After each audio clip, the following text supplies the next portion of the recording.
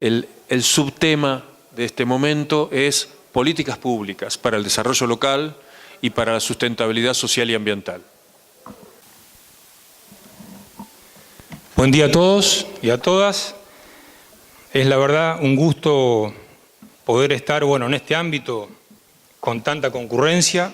Quiero agradecer al rector, muchísimas gracias a las autoridades de la facultad, a las autoridades nacionales, autoridades provinciales, municipales, alumnos, trabajadores, vecinos que quizás estén presentes.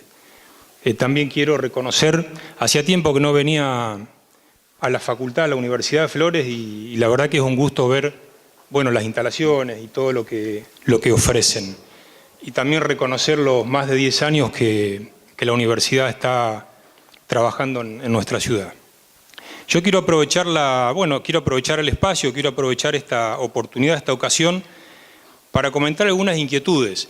Me parece que las coordenadas que proponen en esta jornada, de alguna manera interpreto que es la temática del desarrollo local, del desarrollo territorial de nuestra región, el mundo académico y el tema de las energías, me parece que son tres coordenadas centrales. Me parece que el tema es absolutamente oportuno, estamos viviendo un momento en el que está en discusión la cuestión energética. Entiendo que no solo en nuestro ámbito, sino que hoy en día es una preocupación global. Nosotros, con algún grupo de gente, representantes de instituciones, autoridades municipales, venimos pensando en alguna inquietud, y yo voy a aprovechar para formular la propuesta, para contarle cuál es la inquietud que venimos de alguna manera procesando y que naturalmente tiene que ver con nuestra región. Y está involucrado el mundo académico, así que por eso digo que me parece oportuno hacer el planteo. ¿Cuál es la inquietud? ¿Cuál es la propuesta en la que nosotros venimos pensando con muchas ganas de ponernos a trabajar?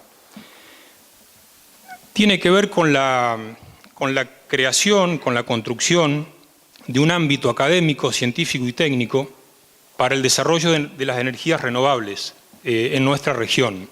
Yo, para decirlo de manera sintética, como un rótulo para que se entienda exactamente de manera muy práctica, es la necesidad de erradicar, de construir en nuestra región una facultad de ingeniería en energías renovables, sabiendo que esto es un objetivo que no se logra de un día para otro, que no es un objetivo sencillo, que es un objetivo complejo y que quizás amerite algunas instancias académicas previas. Pero lo digo como rótulo para que se interprete exactamente cuál es el objetivo, cuál es esa imagen objetivo que venimos de alguna manera discutiendo y que comenzando a tratar de instalarla en distintos ámbitos. Pero ese es el objetivo. Hay dos razones, yo diría, o quizás hay varias, pero yo me voy a detener en dos razones que consideramos como básicas, que de alguna manera justificaría ponernos a trabajar los actores del territorio, las instituciones, el mundo de las instituciones públicas, académicas, nacionales, provinciales y municipales, porque creo que nos atraviesa a todos. Pero hay una primera razón que tiene que ver con el escenario nacional y con el orden global, donde a nadie le escapa el rol y la importancia que tienen en general la disponibilidad y la producción de energía. Para nuestro país, la energía hoy representa, sin dudas, un bien estratégico y fundamental, esencial. A la vez también, la energía es un bien muy sensible y vulnerable porque parte de ellas son no renovables. Entonces, tiene esta impronta. Pero sin duda que creo que no sería descabellado ni errado decir que es hoy prácticamente en el país imposible sostener un proceso o sostener el proceso que actualmente está en curso de desarrollo y de inclusión sin contar con un sustento en la disponibilidad de producción de energías. Es decir, es imposible atender estos desafíos sin autodeterminación, sin soberanía energética o sin autoabastecimiento energético al menos. La matriz energética del país tiene una alta dependencia de los combustibles, digamos, de la fuente de energía fósil, de los combustibles fósiles, esencialmente del gas y del petróleo. Y esto tiene un enorme impacto, cada vez tiene un impacto mayor si tenemos en cuenta que implica la necesidad de importar enorme cantidad de combustible, fundamentalmente gas, y esto a su vez exige contar con una enorme cantidad de divisas que cada vez es más difícil conseguir. Ustedes saben que el último año debimos disponer de alrededor de 9.000 millones de dólares para importar energía. Este año probablemente lleguemos a los 13.000 millones de dólares para importar energía. Si tenemos en cuenta, para poder dimensionar lo que eso implica, tengamos en cuenta que del complejo sojero reporta en concepto de retenciones y demás 28.000 millones, 27.000 o 30.000 millones de dólares. O sea, la necesidad de disponer de recursos para importar energía es realmente importante. Así de que esto por ahí nos sitúa, creo que nos sitúa, en la relevancia que tiene la cuestión energética en la actualidad. Y bueno, ustedes saben que existe dentro de este panorama, en el año 2006 se sancionaron algunas leyes, una de ellas es muy importante, es la ley 26.190, que nos plantea o nos propone una meta que es alcanzar el 8% de electricidad renovable, o sea, producida en base a energías renovables, hasta el año 2016. Y es probable que, al ritmo en el que vamos, que esté en duda el cumplimiento de esta meta. Así que de alguna manera este escenario, vinculado a la cuestión nacional, abre un camino que yo considero que es muy importante, muy provisorio, que es un desafío para pensar en la producción, en el desarrollo de energías renovables. Esto por un lado. Y en segundo lugar, el otro, creo que fundamental, el otro aspecto que de alguna manera justifica el planteo que yo inicialmente hacía, que es en la de pensar en la construcción de un espacio, de una plataforma académica, científica y técnica capaz de asumir el desafío de desarrollar energías renovables, tiene que ver con la cuestión regional, esencialmente. Nosotros estamos en una región, estamos localizados en una región, ahora estamos muy cerca del núcleo de una cuenca, que es la del río Limay, Neuquén y Negro, que es una cuenca, una unidad, que es una de las cuencas más importantes del país, que es productora de energía. La impronta de esta zona es la producción de energía, sin duda, tanto es así que forma parte de la matriz productiva, tanto de Río Negro como de Neuquén, y fundamentalmente la energía hidroeléctrica. Esta ha sido la tónica. Y en función de esto, de este ciclo que comienza a finales del 60, básicamente con la construcción de la represa del Chocón, a instancias de políticas públicas, es que se han desarrollado, yo creo que una serie de capacidades en materia de recursos humanos, de instituciones, muy calificada. Yo creo que nosotros a veces no merituamos todo el inventario de cualidades y de capacidades que tenemos en nuestra zona. Sin ir más lejos, o quizás esta ciudad sea la síntesis más nítida de toda esta trayectoria de casi 50 años en materia de producción limpia, de producción de energía en base a la hidroelectricidad. Pero en esta ciudad tuvo asiento Hidronor, que estoy seguro que todos sabemos de qué se trata. Fue una empresa creada por el Estado, Hidroeléctrica Norpatagónica, que en su breve, porque podría haber sido mucho mayor su trayectoria, que fue truncada, pero en su breve trayectoria, aunque no fue tan breve, desarrolló capacidades que yo creo que fueron muy virtuosas y que dieron origen a un ciclo de crecimiento muy virtuoso en la región, en la planificación, en la puesta en marcha y la producción de energía. En esta ciudad tuvo asiento la ORCEP, que fue un organismo creado para la seguridad de presas. Con el tiempo, ¿cómo el tiempo vamos bien o...? Bien, eso es lo que dispongo. Bien.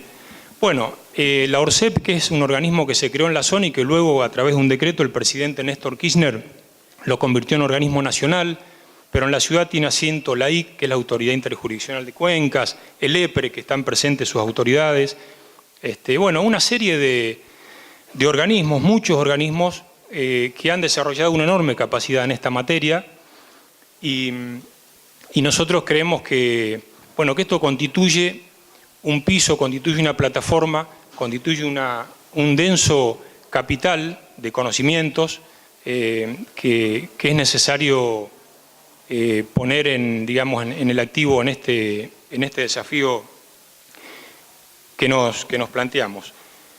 Así que yo, bueno, no disponemos de mucho tiempo, pero creo que a través de estas dos coordenadas que le comentaba, lo que implica la energía a nivel nacional, la necesidad de generar nuevas energías y por otro lado la trayectoria que la región tiene en materia de energía, que es una trayectoria que no surge por generación espontánea, que no surge porque sí, surge por voluntad política, por voluntad institucional, por cualidades y capacidades técnicas desarrolladas, surge por políticas públicas desplegadas y gestionadas para obtener muchos de los fines que efectivamente se obtuvieron, surge de la articulación de las instituciones con el mundo académico, surge y surgió de hecho de la participación muy intensa de la comunidad para que muchas de las cosas de las que hoy disfrutamos efectivamente las tengamos. Yo creo que nosotros tenemos un deber con ese pasado, nosotros no podemos ignorar ese pasado porque fue muy rico y a veces es difícil encontrar en nuestra experiencia, o en nuestra historia, mejor dicho, experiencias positivas y constructivas como esta. Creo que quienes tienen responsabilidades públicas, como muchos de nosotros las tenemos, debemos asumir este desafío. Yo para terminar, quizás la parábola que sintetice lo que quiero expresar es que probablemente desde fines del 60, si desde el Chocón a Chigüidos, que creo que se le hace poco tiempo, se ha cumplido de alguna manera un ciclo que es el de la producción de energía hidroeléctrica. No significa que este ciclo esté concluido, pero yo siento la sensación que nosotros debemos asumir esa posta y debemos dar inicio a un nuevo ciclo que no tengo dudas que debe ser el ciclo de las energías renovables.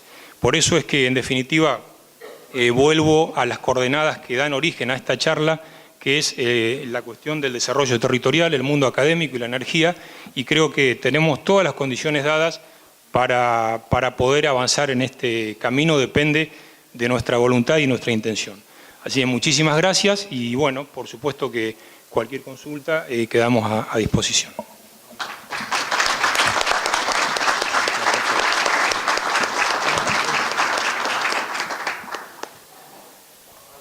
Bueno, 15 minutos. Bueno, muy buenos días a todas y a todos. La verdad, un honor estar acá por segunda vez. Estuve en las jornadas anteriores de esas mismas características y en ese momento no como secretario de Políticas Universitarias. Sí. No, y muy contento porque veo que el espacio se constituyó en un ámbito, se instaló como un ámbito en el cual participan actores de toda la comunidad, no solamente del mundo académico, ¿no? Y eso tiene que ver con la idea de universidad que tenemos, que propulsamos, no por una cuestión simplemente ideológica, sino porque es una cuestión casi natural en relación con las necesidades y desafíos que nos plantea hoy, no solo el desarrollo local y nacional, sino mundial.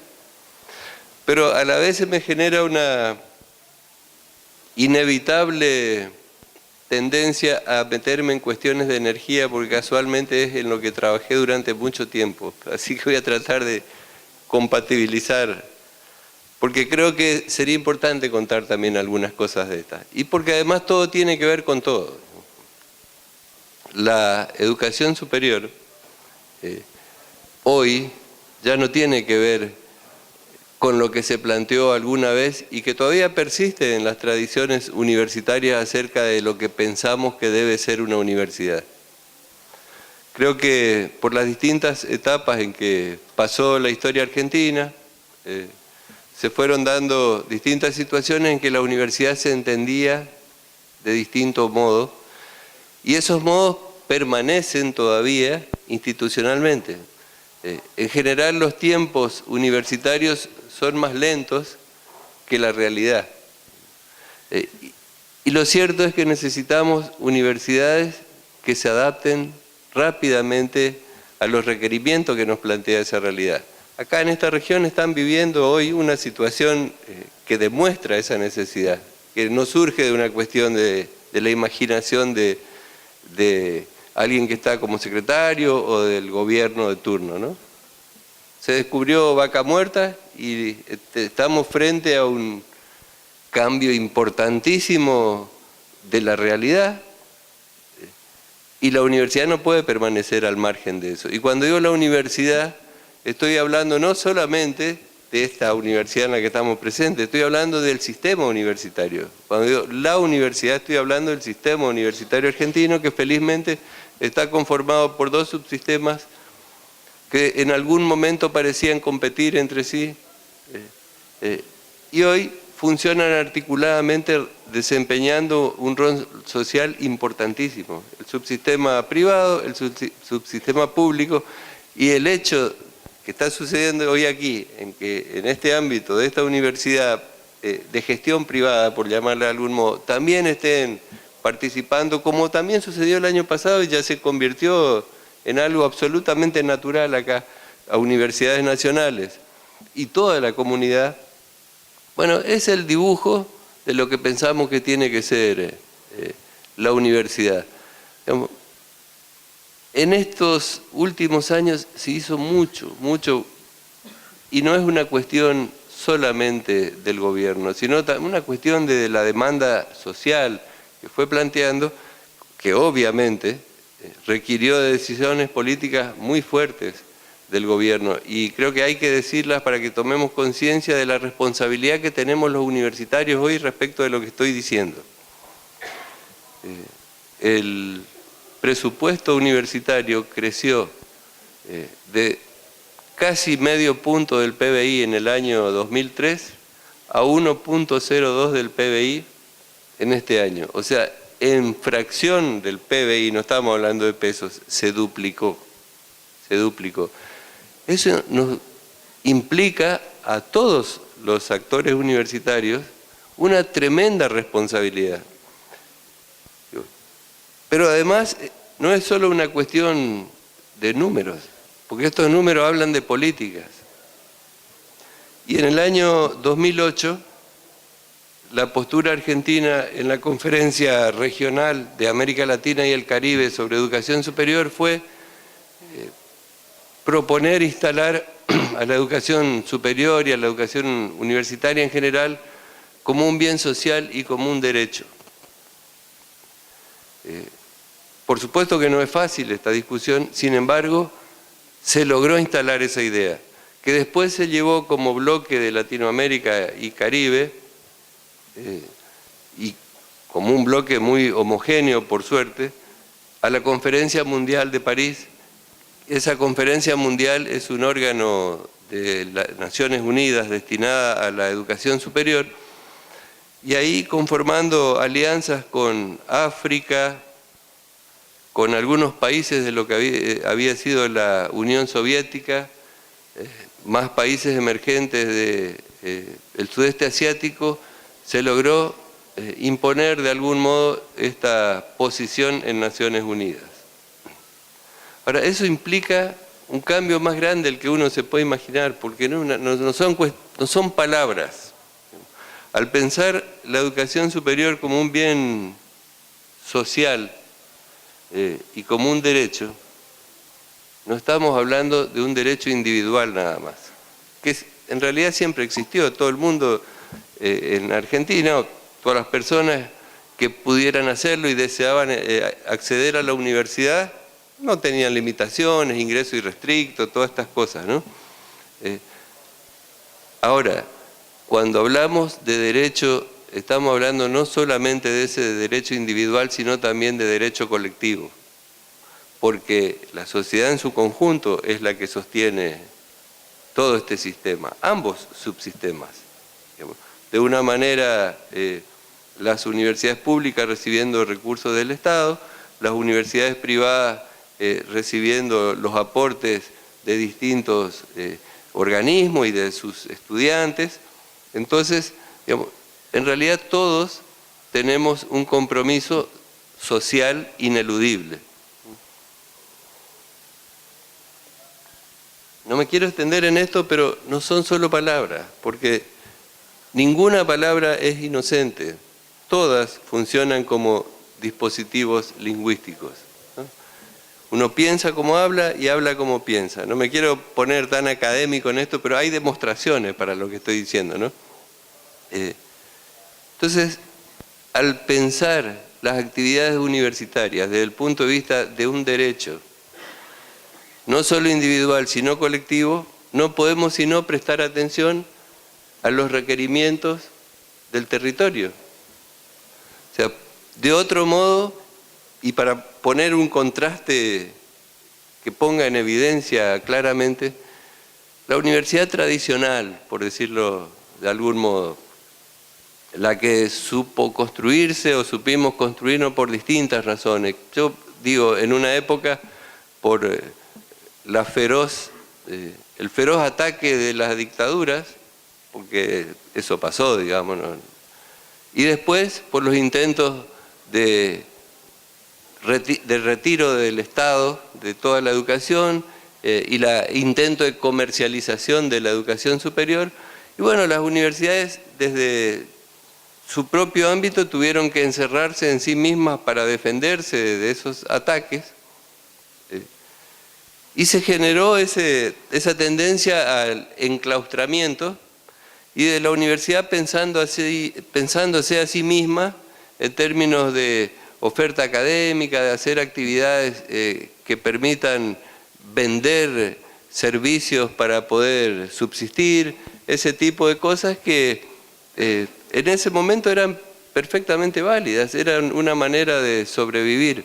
Ahora hoy, en las condiciones que tenemos, nadie puede dudar que haya, acerca de la posibilidad que haya interés del Estado, del gobierno, de distintos actores, de cooptar la universidad para guiarla en algún sentido perverso, digamos. Claramente, lo que necesitamos hoy es una universidad que pueda integrarse a la comunidad. Integrarse a la comunidad para que deje de ser simplemente un discurso, tiene que ser atender las necesidades que la población y el territorio requieren respecto de lo que las universidades pueden y saben hacer.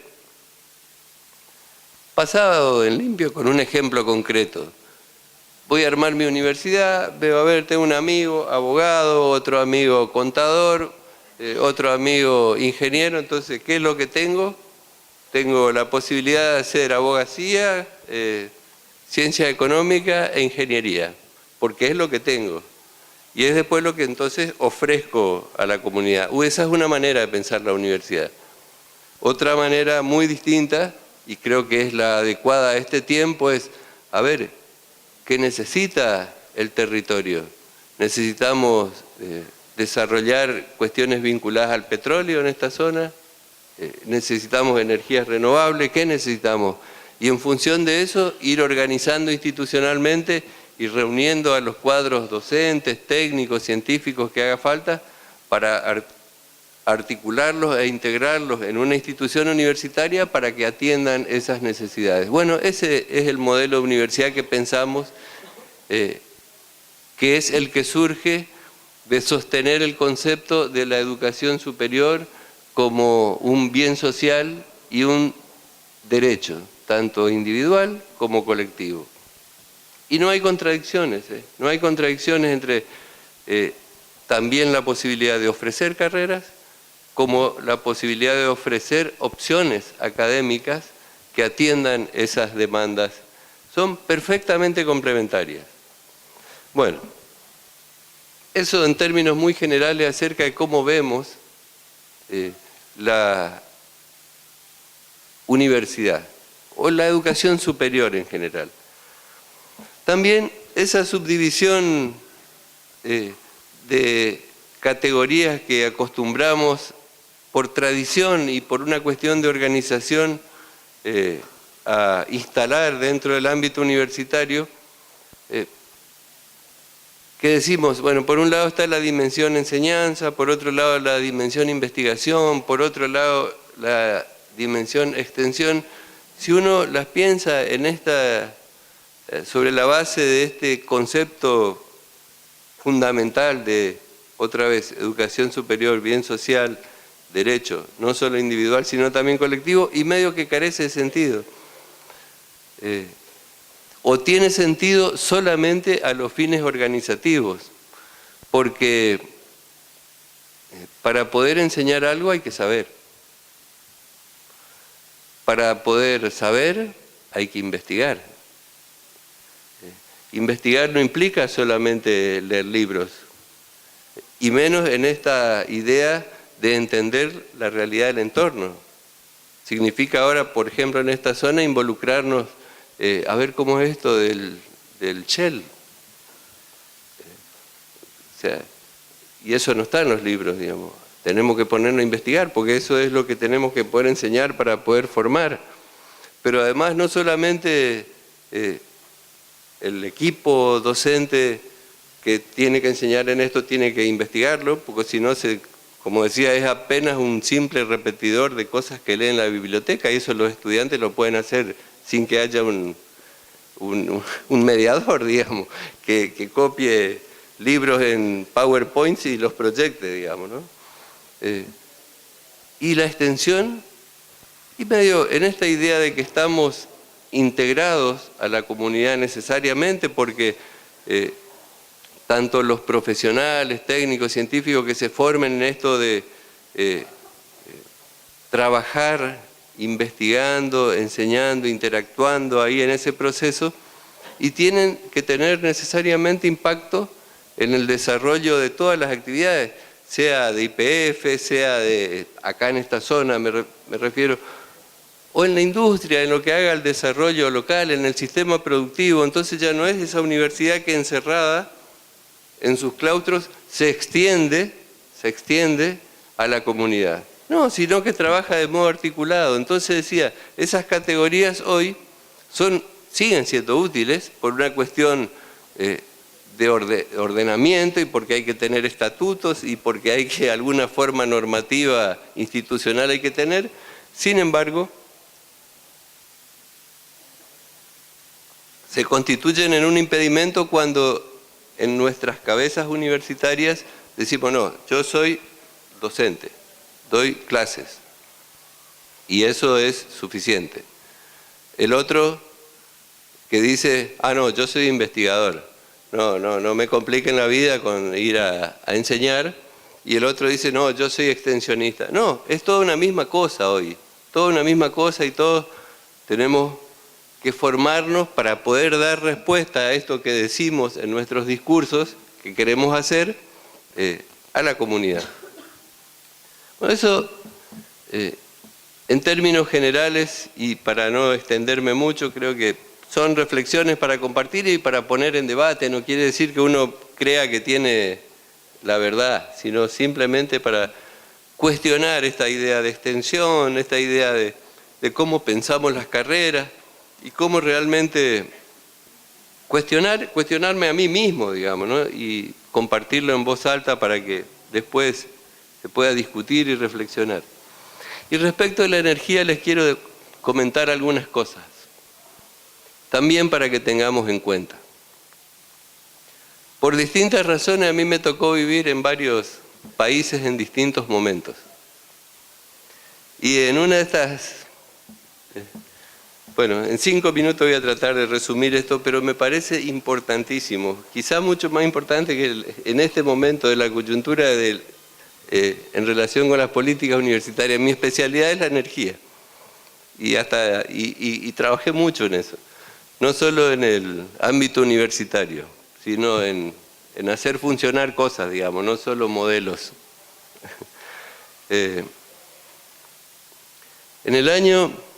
Entre los años 73 y 74, a mediados de la década de los 70, se produjo la primera crisis del petróleo.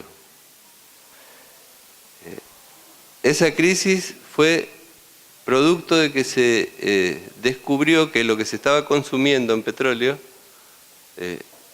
llevaba un ritmo de crecimiento inferior al ritmo de descubrimiento de nuevas reservas. Ahí es donde nació la historia esta de las energías renovables. Fue tan grande la crisis que en ese momento era, acuérdense, plena Guerra Fría, Vietnam, un lío en el mundo, y sin embargo la Unión Soviética y el llamado mundo occidental se pusieron de acuerdo y crearon un instituto en Austria. Bueno, ese instituto funcionó durante muchos años, incluso hasta finales de la Guerra Fría y un poco después.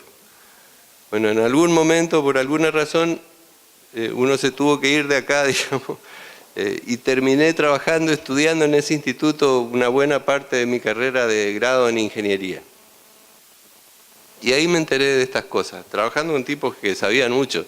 Ese instituto tenía a los mejores en energía y energía en general del Instituto Energético de Moscú y a los mejores del MIT. Todos juntos, en plena Guerra Fría, porque el problema era un problema mundial. Bueno, se investigó y se hizo un balance energético mundial. De ese balance energético mundial surgió, bueno, lo que todos sabemos, el petróleo inevitablemente se va a terminar. Descubriremos más shale, pero inevitablemente se va a terminar. La otra parte que no es tan buena como parece, es que también se descubrió que todos los recursos energéticos mundiales que hay, renovables, no renovables, de todos los tipos, son limitados y no van a alcanzar para satisfacer las necesidades de la humanidad si se permanece el ritmo de crecimiento del consumo que tenemos. Es lamentablemente así. Por un lado parece que esto se va a terminar. Ahora, también se siguió estudiando, seguimos trabajando en eso, después haciendo doctorado y estas cosas, y profundizamos mucho en el tema con un equipo al que pertenecí yo, era el que cebaba mate, digamos, ahí. Pero había gente importante que sabía mucho de estos temas, entonces uno aprendió escuchando, digamos. Gastamos demasiado energía de modo inútil. Y los que gastamos no somos nosotros. Les voy a dar los datos muy concretos para ir terminando y veamos qué otras cosas se pueden hacer además de hacer esta explotación de gas shale y todas estas cosas, ¿no? Más o menos, sin querer ser muy estricto en las cifras, pero les doy datos y voy a tratar de traducirlos de modo entendible. Un ciudadano norteamericano, esto es Canadá y Estados Unidos, consume una potencia anual de alrededor de entre 12 y 14 kilowatts. Las bombillas de 100, los focos de 100 watts todo el mundo conoce, ¿no? Bueno, 1000 watts son 10 focos de eso. Cuando hablo de potencia media anual es como si esos ciudadanos estuvieran entonces prendidos entre 12 y 14 focos de eso las 24 horas del día durante todo el año. Eso es la potencia media anual. O sea, los use o no los use, los tiene prendidos. Europa, 7 kilowatts. 12, 7. América Latina, alrededor de 0,5. 0,5. De 12 a 0,5. África, 0,1. No voy a dar más números. ¿Se entienden las proporciones? Los que están arruinando el planeta son los que consumen 12 o 7 y no necesitan. ¿Saben por qué? Estos son números muy duros. Lo que se gasta en energía para producir cosméticos y alimentos para mascotas en Estados Unidos es más que lo que consume todo el continente africano. Solamente para cosméticos y alimentos para mascotas. Y después se preocupan por la sustentabilidad y dicen que nosotros no tenemos que construir represas o no tenemos que seguir instalando industrias contaminantes, no sé cuántas cosas más. Los únicos responsables del efecto invernadero son estos países, los que están consumiendo energía inútilmente. Y quieren frenar nuestras posibilidades de desarrollo porque el mundo no puede sostenerse en equilibrio si es que nosotros consumiéramos la energía que necesitamos para desarrollarnos. Entonces, discúlpenme, me voy a extender un poquito más, pero me parece sumamente importante esto. Entonces, esta cuestión, todo tiene que ver con todo. Lamento no poder sintetizar más, pero me parece más que significativo. Cuando uno tiene estas desproporciones y además basa su desarrollo económico, que es la dimensión que en realidad termina desequilibrando esta posibilidad de sustentabilidad ambiental y social. La razón es fundamentalmente económica.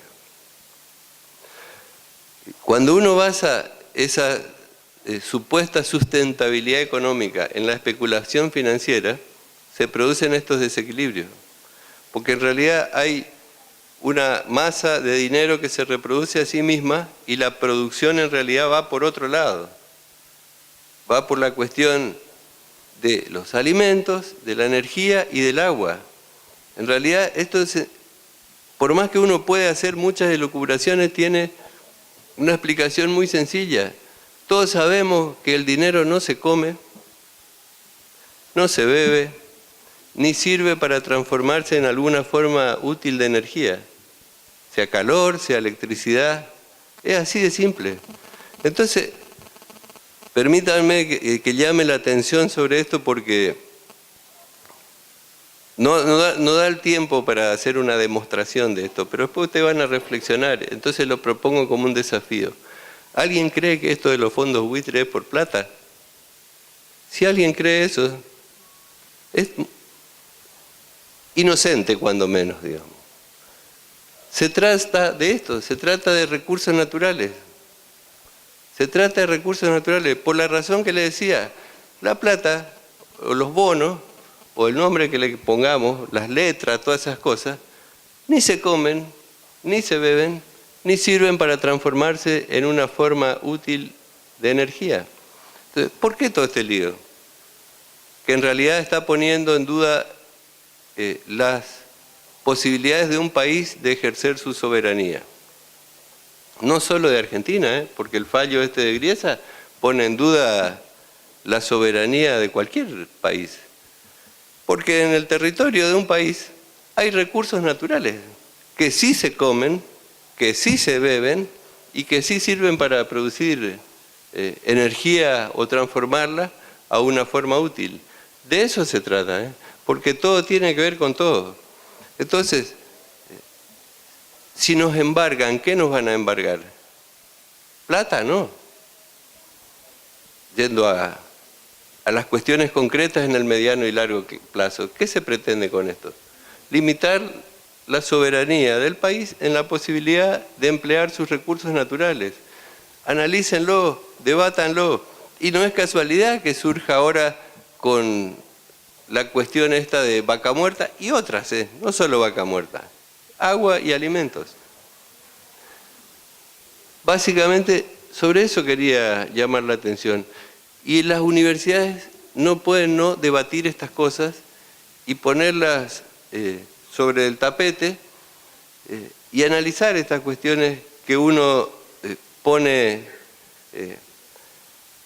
o intenta señalar, digamos, ¿no? sin creer que tenemos la verdad. Simplemente analícenlo, piénsenlo. Hay hechos que son realmente difíciles de demostrar que no tenemos razón, digamos. Es tan fácil como eso. La plata, el día que descubramos que la plata no se come, no se bebe y no sirve para proporcionarnos la fuerza motriz o el calor o la electricidad que necesitamos para generar fuentes de trabajo genuina, mejores condiciones de vida para la población, creo que vamos a estar frente a un mundo mejor. Y si eso no se plantea en un ámbito como el que esperamos para las universidades y como el que se está dando acá, no se puede plantear en otro lado. Y creo que las opiniones las más importantes en realidad en este ámbito no son las opiniones académicas, sino de quienes requieren, demandan, necesitan de la academia. Esas son las opiniones más importantes, porque muchas veces, y sobre todo quienes nos formamos en la ciencia y en las ciencias duras, terminamos pensando que nuestros modelos, nuestras ciencias, son más importantes que la realidad. Y en realidad no es así. Acá lo único importante es la realidad. La ciencia apenas trata de explicarla y conducir a partir de esa explicación algunas decisiones para que tengamos cierta orientación o cierto grado de certeza acerca de cómo van a impactar esas decisiones en el futuro, porque de eso se trata, del futuro. O sea, insisto, la ciencia apenas trata de representar y modelar la realidad. La única verdad es la realidad. Muchas gracias.